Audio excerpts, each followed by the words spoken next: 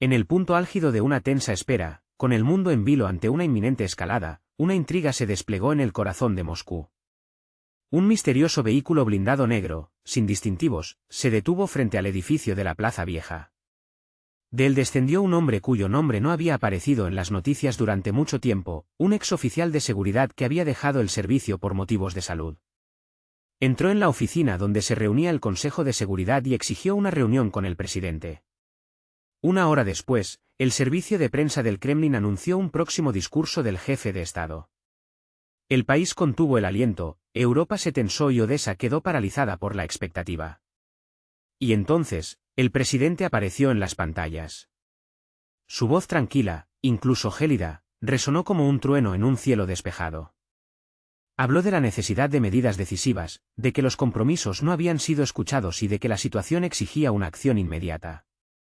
El día de hoy comenzó con una declaración que dejó al mundo sin aliento. Vladimir Putin, tras una pausa, anunció el inicio de la implementación de un conjunto especial de medidas destinadas a fortalecer la seguridad en la dirección sur. En los cuarteles generales de la OTAN, una ola de alarma se desató instantáneamente, a pesar de que el líder ruso evitó la palabra operación, sus palabras transmitían la determinación de pasar a la acción. No deseamos avivar la llama del conflicto, nuestro objetivo es la paz, enfatizó Putin. Sin embargo, la paz es impensable sin el establecimiento del orden, sin garantías fiables y, lo que es más importante, sin respeto por nuestro pueblo y sus intereses legítimos. Y añadió, acentuando cada palabra, a partir de mañana por la mañana. A lo largo de toda la línea de contacto, desde Transnistria hasta la península de Kimburn, se desplegará una zona de seguridad, temporal pero, según el presidente, una medida absolutamente necesaria. De hecho, esta declaración sonó como el anuncio de la creación de una zona de amortiguamiento unilateral que las tropas rusas tienen la intención de proteger con todos los medios disponibles. La comunidad internacional se dio cuenta, el conflicto entraba en una fase nueva y mucho más compleja. En Kiev, sin embargo, las palabras de Putin fueron percibidas como un desafío directo. 40 minutos después, el ministro de Defensa de Ucrania emitió una declaración en la que calificó el intento de crear una zona de amortiguamiento sin el consentimiento de un Estado soberano como nada menos que un acto de invasión. Ni un palmo de tierra sin nuestra bandera, fue el leitmotiv de la inquebrantable determinación que resonó en los corazones de los ucranianos. Mientras tanto, la perla junto al mar, Odessa, contuvo el aliento, como si presintiera una tormenta inminente. Una lechosa niebla envolvió las aguas costeras, ocultando una tensa espera. Los imponentes complejos de misiles costeros Neptuno se alinearon en guardia, como estatuas de piedra inmóviles en la penumbra del amanecer. Sus operadores, agotados por noches de insomnio, guardaban silencio, pero en sus ojos se leía una determinación férrea. Cada mirada estaba fija en el horizonte, donde, según la inteligencia, una escuadra enemiga se acercaba inexorablemente. En su composición, lanchas de guerra, buques de apoyo y, según confirmaban innegables imágenes satelitales, un imponente buque de desembarco. El rumbo estaba trazado sin rodeos, la costa sur de la región de Odessa. Sin embargo, la operación de desembarco nunca comenzó. ¿Cuál fue la razón de este repentino retraso? La respuesta reside en los acontecimientos que se desarrollaron a miles de kilómetros de las costas ucranianas. En el cuartel general de la OTAN en Bruselas, se celebraba una reunión secreta a la que, inesperadamente, apareció una delegación de Israel. Su visita no estaba planificada, pero disponían de información que no podía ser ignorada. Datos de inteligencia satelital y canales de comunicación interceptados indicaban la aparición de una tercera fuerza, hasta ahora desconocida, en la región. Esta organización actuaba de forma encubierta pero metódica, persiguiendo sus propios y siniestros objetivos. Su interés no radicaba en la victoria de una de las partes, sino en sumir la región en el caos y la anarquía. Un nuevo giro en la serie de eventos desestabilizadores y provocaciones surgió con la declaración de la parte israelí. Según sus informaciones, la explosión en la subestación de Odessa, la aparición de un dron cargado con módulos de la OTAN e incluso los sabotajes en Transnistria no fueron obra de estructuras estatales, sino de compañías militares privadas que actuaban en interés de poderosas corporaciones energéticas internacionales. El objetivo de estas corporaciones, según las fuentes, era interrumpir los suministros de energía a través del puerto de Odessa. Esta información cambia radicalmente el panorama de lo que está ocurriendo. De repente, surge la comprensión de que tanto Moscú como Kiev podrían ser víctimas de la misma provocación a gran escala. Sin embargo, ninguna de las partes está dispuesta a reconocer este hecho. Las contradicciones están demasiado arraigadas y las apuestas son demasiado altas para retroceder. Mientras tanto, en Odesa se desarrollaban inquietantes acontecimientos. Primero, desapareció la cobertura móvil, luego los distritos del sur de la ciudad se sumieron en la oscuridad. Poco después, en el horizonte, a través de la densa niebla, comenzaron a aparecer los primeros destellos de luz. No eran ataques con misiles ni salvas de artillería, sino luces de señales. Desconocidos, ocultos en la niebla, emitían algún tipo de señal. Los defensores de Odesa reaccionaron instantáneamente al peligro. Grupos de respuesta rápida se dirigieron hacia la costa, que se extiende desde Luzanovka hasta Peresip, listos para repeler cualquier amenaza. El murmullo de las órdenes para intensificar el patrullaje aumentaba en las radios. En las alturas, como un guardián incansable, un dron Bayraktar TB2, asumo 2 Lisa tipo 4 Bayraktar TB2, circulaba, transmitiendo a las pantallas del puesto de mando imágenes llenas de un siniestro presentimiento. Sin embargo, el epicentro de los eventos inexplicables se trasladó de las aguas marítimas al corazón de la ciudad. En distritos que parecían sacados de las páginas de la historia, Moldavanka, Slobotka, en el mismo centro, surgieron grupos de personas de civil, levantando barricadas con bloques de hormigón, sacos de arena y mallas de refuerzo. A primera vista, esto parecía un impulso espontáneo de autodefensa que de repente había invadido la ciudad. Pero la coordinación y la rapidez de las acciones de estos grupos revelaban algo más. Disponían de maquinaria pesada, generadores autónomos y radios que operaban en frecuencias que interferían incluso con los canales militares. No gritaban lemas patrióticos ni ondeaban banderas, solo, en silencio y con una especie de siniestra diligencia, fortalecían las defensas urbanas. ¿Pero de quién o de qué? La contrainteligencia ucraniana inició inmediatamente una investigación. Pronto se descubrió que uno de los detenidos, que dirigía la construcción de las fortificaciones, era un exoficial naval que había servido en Sebastopol hasta los fatídicos acontecimientos de 2014. Lo que lo había llevado a Odesa y qué objetivos perseguía al organizar la construcción de fortificaciones, seguía siendo un misterio. Durante el interrogatorio, guardó silencio, solo pidió agua y dijo en voz baja palabras llenas de un oscuro significado: «Esta ya no es vuestra guerra ni la suya. Esto es diferente». La frase, pronunciada como al descuido, sirvió como punto de partida para reevaluar lo que estaba sucediendo. Mientras los expertos intentaban desentrañar los motivos de ciertos grupos, llegó una noticia desde el sur que obligó a ver la situación desde otra perspectiva. En las aguas del estuario del Dniester, se detuvo una embarcación equipada con modernos equipos de radio y armamento fabricado en países occidentales. A bordo se encontraban 4 hombres, 2 de los cuales resultaron ser originarios de estados de Oriente Medio. Durante el registro de la embarcación se encontró una tableta que contenía esquemas detallados de comunicaciones y redes de ingeniería de Odesa, así como una lista de apellidos. Es notable que muchas de las personas mencionadas ocupaban altos cargos en la administración local, la infraestructura portuaria, el sector energético, lo que es especialmente alarmante, en el sistema de gestión de nudos ferroviarios. Era evidente que el objetivo de los saboteadores no era lograr una victoria militar, sino desestabilizar las cadenas logísticas y paralizar el sistema de gestión de la ciudad. Se trataba de un ataque a centros vitales, una especie de exsistema nervioso de Odesa. Esa misma noche, Vladimir Putin celebró otra reunión a puerta cerrada con el mando del Distrito Militar del Sur. Según la información filtrada de los canales de Telegram, se desplegó ante los presentes un mapa que abarcaba no solo Odesa y Transnistria, sino también una vasta zona del sur de Europa, incluida la península balcánica y las llamadas zonas de inactividad en Bulgaria y Grecia. Tras escuchar los informes, Putin, manteniendo la calma exterior, pronunció una frase que dio que pensar: hay más jugadores en el campo que los que toman partido por alguien. Todos están en el mismo carro, pero es hora de mostrar quién es el que manda. Esta idea, como una descarga eléctrica, atravesó los gabinetes de mando.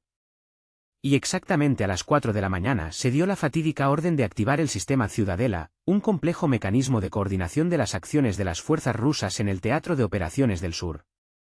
En esta orquesta cuidadosamente calibrada se incluyeron no solo unidades del ejército, sino también herramientas tácticas no convencionales, como fuerzas avanzadas de guerra electrónica, grupos de inteligencia especiales y, lo que es especialmente intrigante, drones marítimos, nunca antes probados en condiciones reales de combate.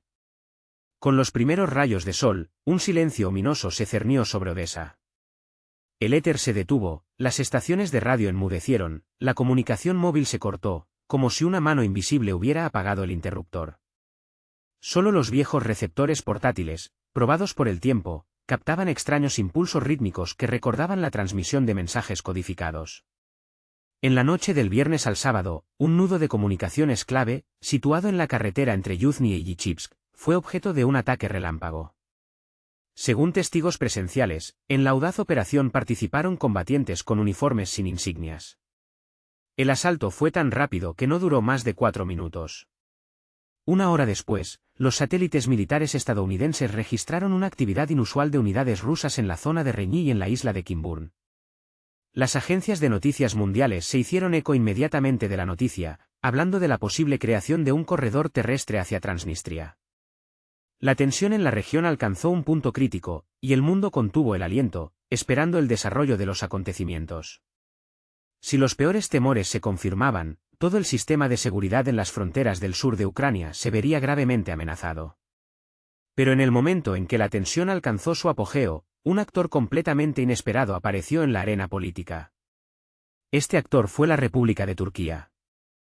Ankara, que hasta el último momento había mantenido una posición neutral en el conflicto en escalada, hizo inesperadamente una fuerte declaración a través de su Ministerio de Asuntos Exteriores. La declaración contenía una clara advertencia: cualquier intento de desestabilizar la situación en la región del Mar Negro sería considerado por Turquía como una amenaza directa a su seguridad nacional.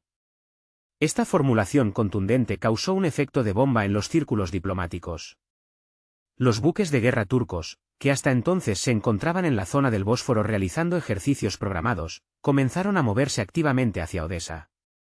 Oficialmente, esto se explicó por la necesidad de monitorear la situación en la región.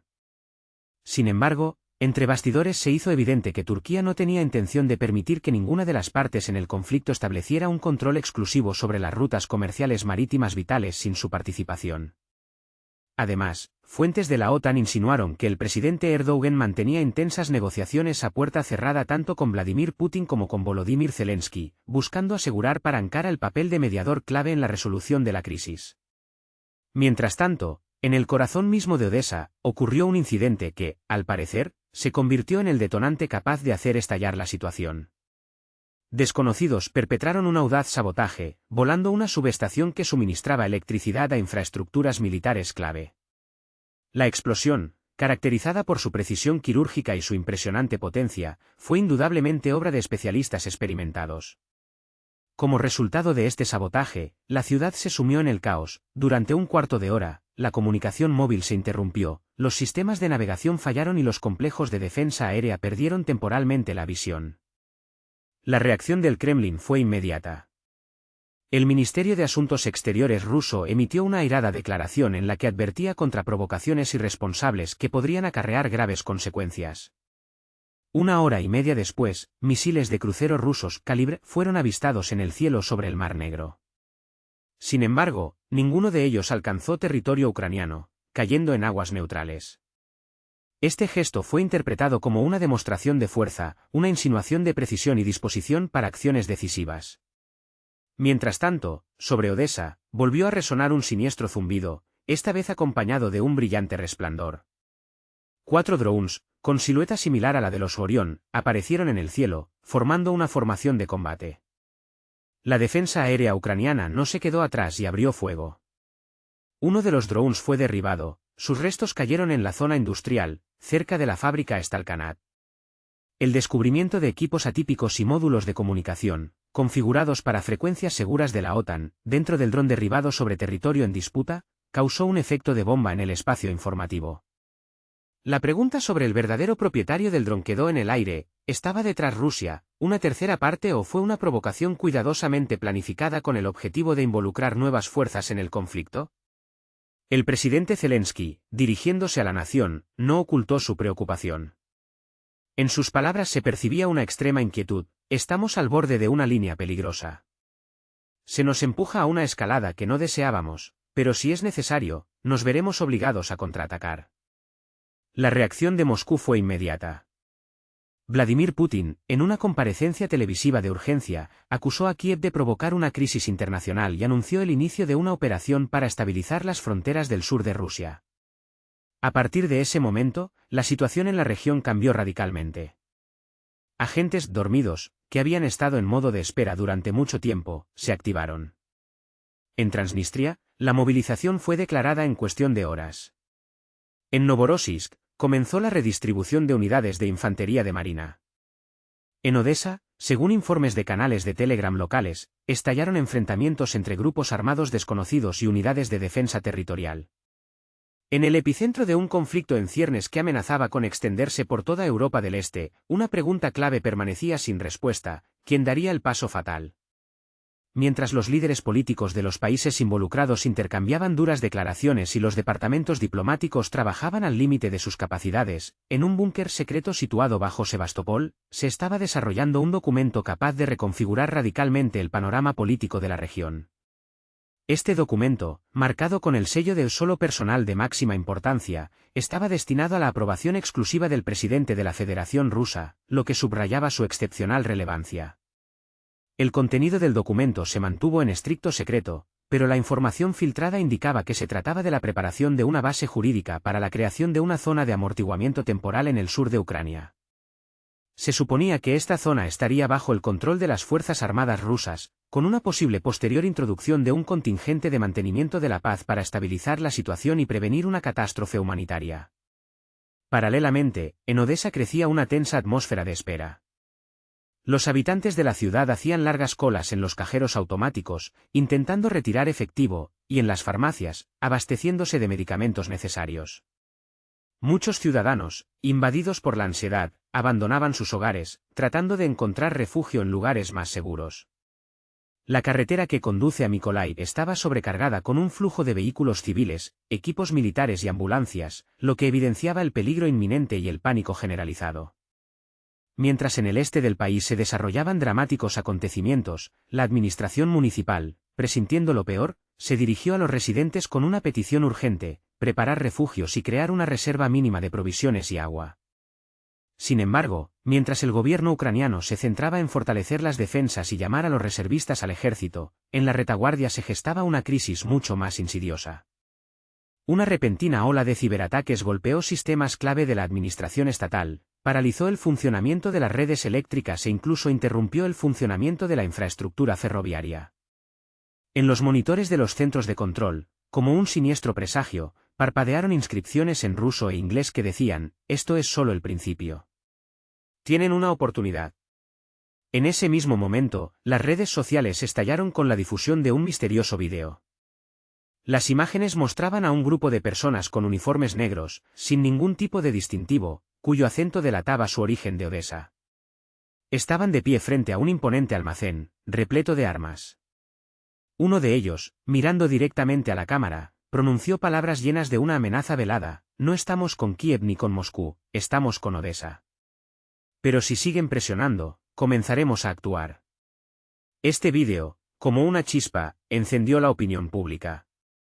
¿Quiénes eran estas misteriosas personas? ¿Agentes locales de la ley, unidades de la milicia popular o una fuerza completamente nueva, hasta ahora desconocida, lista para defender la ciudad de todas las partes en conflicto? Había más preguntas que respuestas, y la ansiedad en los corazones de los habitantes de Odessa crecía con cada minuto.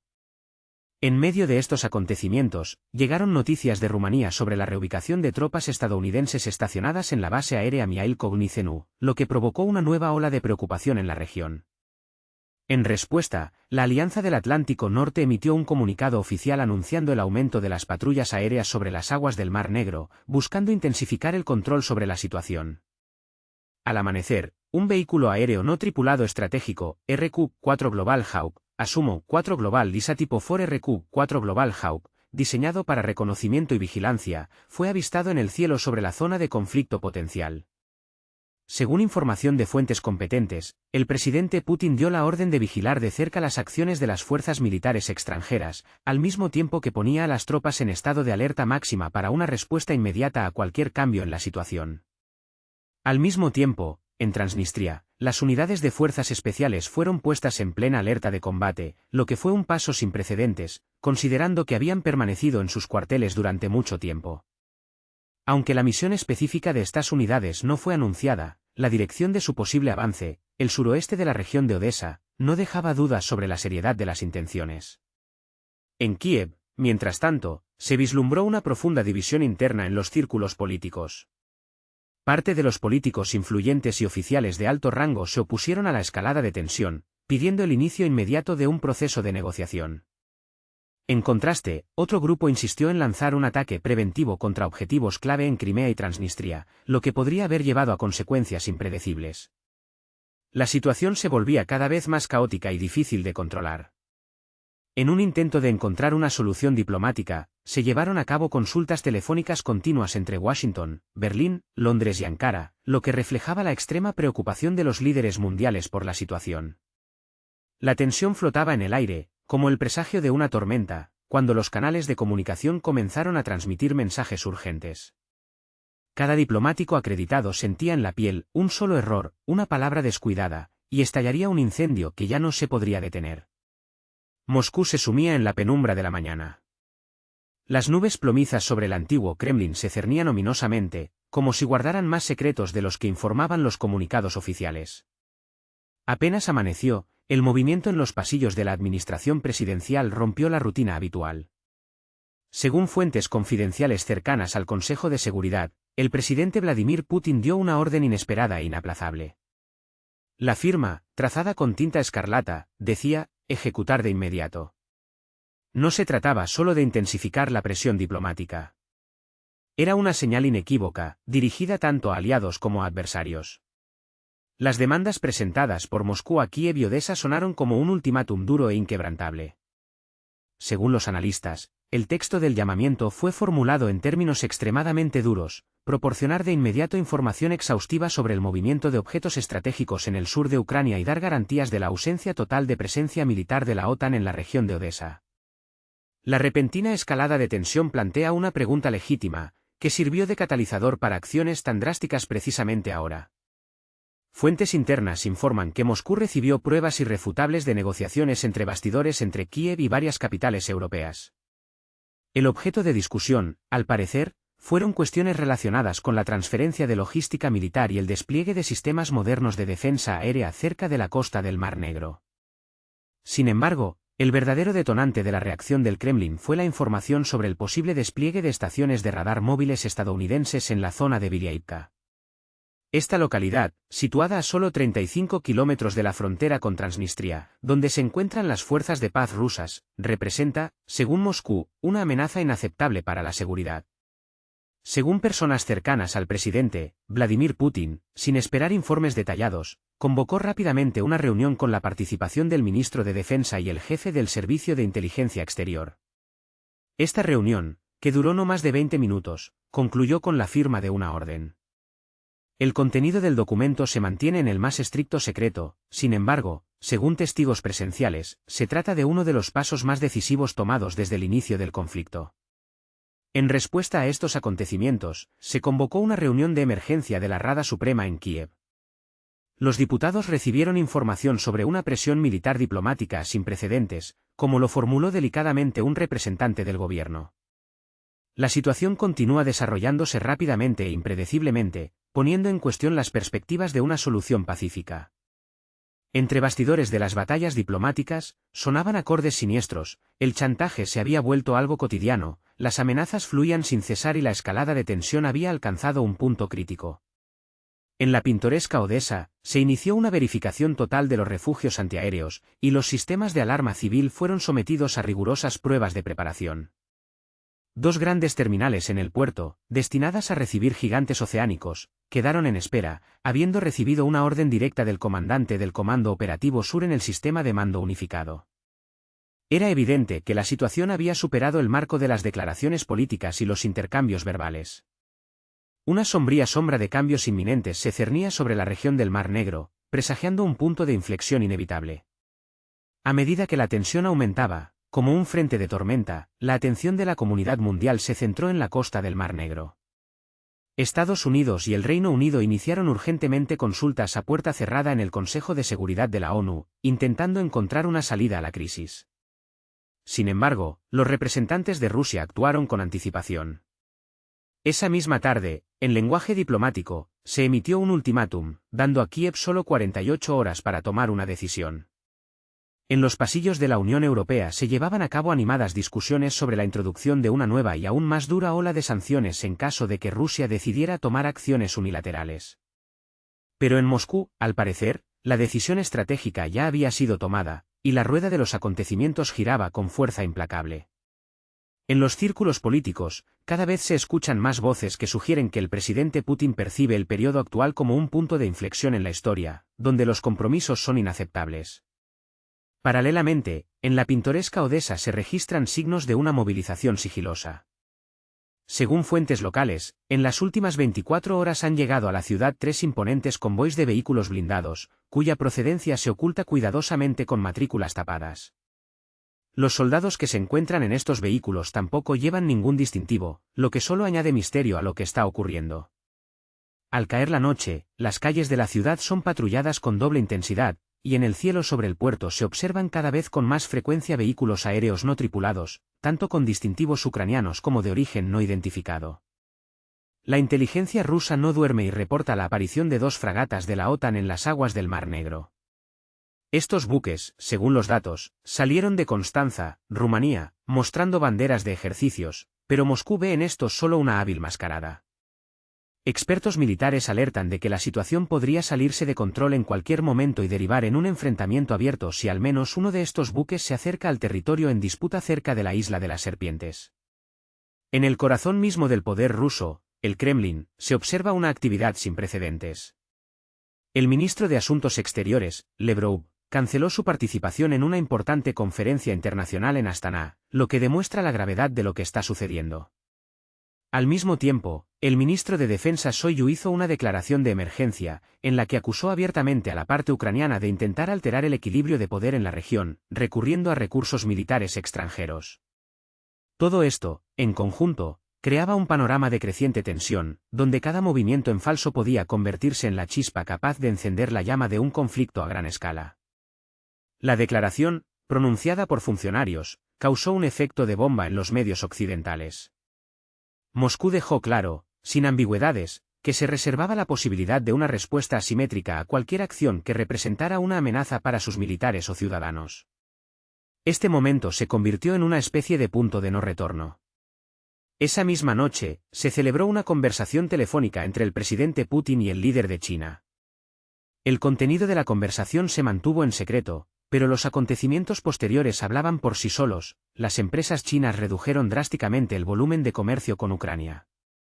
Moscú, de noche, se sumió en el silencio, pero este silencio era engañoso.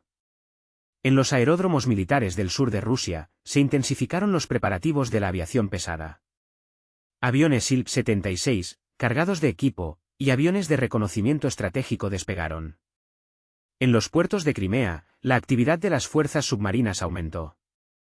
Odesa se sumió en una espera ansiosa. Los ciudadanos sentían la inminencia de algo inevitable, pero nadie podía prever cuándo estallaría la tormenta. Al amanecer, exactamente a las 4:37 hora local, un extraño zumbido, similar al sonido de turbinas pesadas funcionando a plena potencia, resonó sobre la parte norte de Odesa. Los residentes del distrito de Tairova comenzaron a compartir en redes sociales vídeos de ventanas temblorosas y un silbido inquietante que provenía del cielo. Pronto, los temores se confirmaron. Varios vehículos aéreos no tripulados de impresionante alcance, como sombras, invadieron el espacio aéreo de Ucrania desde Transnistria. No desataron una lluvia de fuego sobre el país, sino que realizaron un reconocimiento minucioso, buscando objetos de defensa antiaérea ubicados alrededor del puerto estratégicamente importante y en las cercanías de la unidad militar número 312. El Ministerio de Defensa de Ucrania reaccionó de inmediato a la audaz intrusión. Cazas Sub-27, despegados del aeródromo de Voznesensk, se elevaron al cielo, listos para repeler a los invitados no deseados.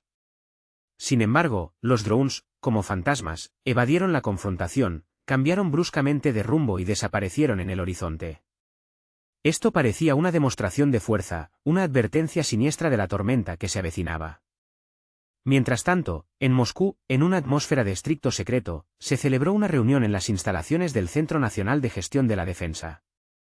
Según informes no confirmados, se entregó una maleta sellada, conocida como Chejet, a la sala de reuniones. Los expertos, como si presintieran algo malo, comprendieron de inmediato, si se hablaba de activar elementos de control estratégico, las apuestas del juego se habían elevado al máximo. Al día siguiente, en Kiev, se hizo una declaración que dejó a muchos asombrados. El jefe de inteligencia, Kirilo Budanov, afirmó con confianza que Ucrania poseía datos precisos sobre una desestabilización inminente en la región, en la que estaba involucrada una tercera parte. La tensión en el aire alcanzó su punto de ebullición, y el mundo se detuvo a la espera de nuevos acontecimientos. La misteriosa frase generó una tormenta de especulaciones. ¿Quién era esta misteriosa tercera fuerza? ¿Acaso Ankara o Pekín estaban tejiendo intrigas entre bastidores? ¿O las raíces del problema debían buscarse en la propia perla del mar, donde estaba gestándose un movimiento clandestino? La ciudad se llenó de rumores, como si estuviera cubierta de algas, de vez en cuando surgían historias sobre escondites de armas encontrados, sobre audaces intrusiones de saboteadores desconocidos en la red de defensa antiaérea ucraniana. ¿Quiénes eran estas sombras, saboteadores experimentados o traidores locales que habían vendido su alma al enemigo? No había respuesta. Pero una cosa estaba clara, Odessa se estaba convirtiendo en una arena para juegos tras bambalinas, donde las apuestas eran mucho más altas que el control de un puerto estratégico.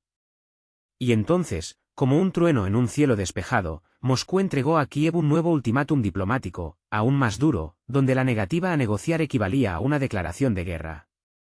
Kiev estaba perplejo. El presidente Zelensky, reuniendo a sus colaboradores más confiables, decidía dolorosamente, ceder a humillantes concesiones o prepararse para un golpe inevitable. Pero mientras en los altos despachos se desarrollaban las disputas, los acontecimientos cobraban impulso, superando los pronósticos más sombríos. Y cuando en las profundidades del misterioso módulo bajo la escalera se escuchó el fatídico, esperando señal del núcleo, todo el sistema se paralizó con un siniestro presentimiento. Durante unos momentos de inquietud, el mundo se sumió en un silencio inusual, las cúpulas de luz, como por arte de magia, se apagaron, el éter se detuvo, interrumpiendo el flujo habitual de transmisiones. Las calles de la ciudad, normalmente llenas de ruido y movimiento, se aquietaron, como si contuvieran la respiración ante una tormenta inminente. Personas, coches, señales electrónicas, todo se detuvo en una tensa espera. Y entonces, en el rincón más inesperado del planeta, el núcleo del sistema emitió su voz. La respuesta no provino de la capital, Moscú, ni de la antigua Kiev, ni de la costera Odessa. La señal llegó desde las remotas y perdidas montañas de los Cárpatos, de una instalación largamente olvidada y abandonada en el lejano 1976. En los viejos y polvorientos mapas, ese lugar figuraba como el objeto PS Island 0. Allí, en un sombrío túnel que atravesaba el espesor de la montaña, donde una vez se probaron métodos avanzados y experimentales de control de geoposicionamiento, un sistema que, al parecer, nadie debería haber activado, cobró vida de repente. Al principio, solo un viejo display se iluminó débilmente, mostrando símbolos verdes sobre un fondo negro. Luego apareció un texto, escueto y lacónico: núcleo activo. Iniciación completada. Protocolo Arcadir aceptado. Desempaquetado del modelo iniciado. Y de repente, todo encajó, como un rompecabezas que se completa en una sola imagen. Se hizo evidente que el verdadero objetivo del proyecto nunca fue una guerra banal, un control total o la manipulación de información. Los proyectos Odessa Block y Eterner fueron solo etapas cuidadosamente planificadas de preparación para algo más grande. El mundo digital que la humanidad había construido meticulosamente durante décadas, con todas sus redes sociales, sistemas de geolocalización, redes bancarias, registros estatales y datos biométricos, resultó ser nada más que material de construcción para la realización de un plan grandioso y siniestro. No se propusieron la creación de un nuevo orden mundial, su misión era crear un terreno fértil para el cultivo de horizontes de la conciencia humana hasta entonces inauditos. Y ahora, el momento había llegado. El entorno que habían preparado estaba listo para recibir los brotes de lo nuevo. Al finalizar el misterioso proceso de desempaquetado, la humanidad en todo el mundo sintió algo hasta entonces desconocido, algo que no encajaba en las categorías habituales de dolor o miedo. Era una sensación de sincronía universal, como si millones de mentes, en un solo instante, dirigieran sus pensamientos en una misma dirección, cada una a su manera, pero al unísono.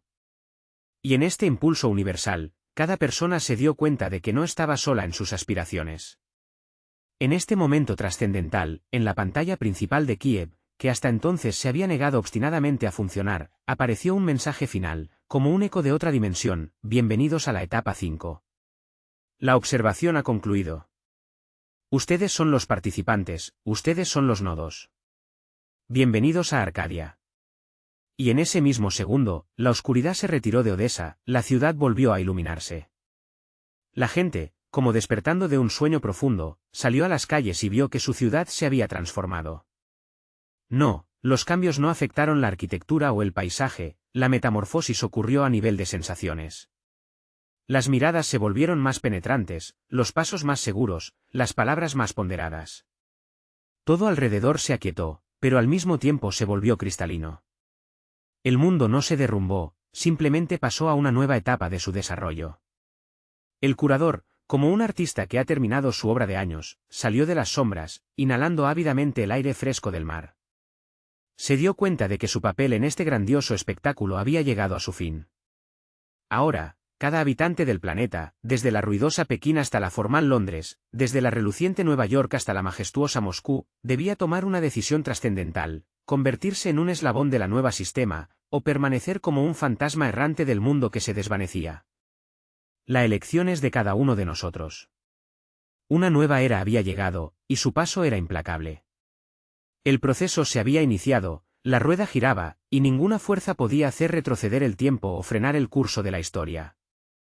Se avecinan cambios de una magnitud difícil de sobreestimar, y el mundo nunca volverá a ser el mismo. Fin.